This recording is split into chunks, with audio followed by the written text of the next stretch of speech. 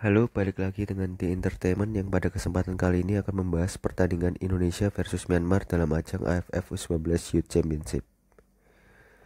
Menurut opini gua, pada pertandingan melawan Myanmar, Indonesia tampil dominan. Namun sama-sama kita dikagetkan dengan terjadinya gol dari Lam Min Hwee di menit ke-7 akibat kesalahan fatal yang diakibatkan tidak adanya yang menjaga pemain yang bernama Lam Min Hwee saat tendangan corner kick dari Myanmar. Dan pemain Indonesia kurang fokus. Akan tetapi, setelah kebobolan, Indonesia tampil lebih percaya diri dan lebih menekan secara dominan. Dan alhasil memang terbukti efektivitas serangan Indonesia membuahkan hasil lewat gol sundulan dari Muhammad Ferrari pada skema tendangan bebas. Lalu disusul dengan gol berikutnya lewat tendangan spektakuler luar kotak penalti dari Arkan Fikri yang mengagetkan kiper dari Myanmar. Tak lama kemudian terjadi gol dari skema tendangan bebas yang diciptakan dari Muhammad Ferrari lagi. Hal ini membuat pemain dari Myanmar seakan-akan frustasi.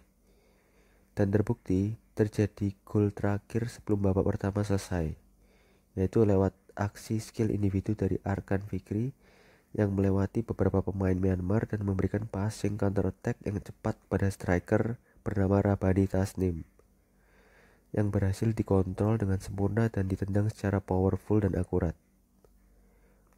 Lalu, pada babak kedua, awal-awal Indonesia bermain dengan tempo pelan, yang dimana membuat Myanmar dapat lebih mudah dalam melakukan steal bola.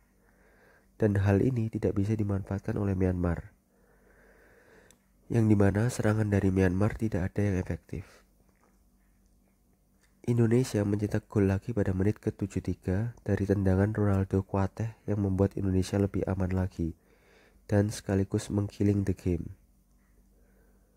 Skor 5-1 ini bertahan hingga akhir pertandingan dan nasib Indonesia ditentukan dari pertandingan antara Vietnam versus Thailand. Namun sangat-sangat disayangkan pada pertandingan di sebelah, yaitu Vietnam dan versus Thailand, terjadi hal yang cukup membuat kontroversi. Hal ini dikarenakan beberapa alasan.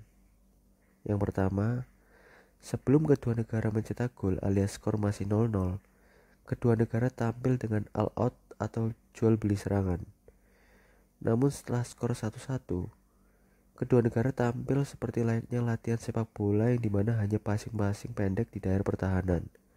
Dan ditambah lagi, banyak pemain yang katanya kelelahan dan kram.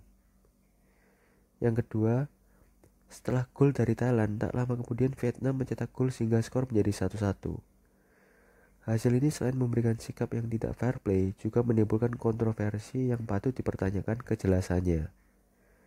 Dan yang lebih membingungkan lagi, aturan regulasi yang seakan-akan berubah jelang pertandingan penentuan akhir grup A.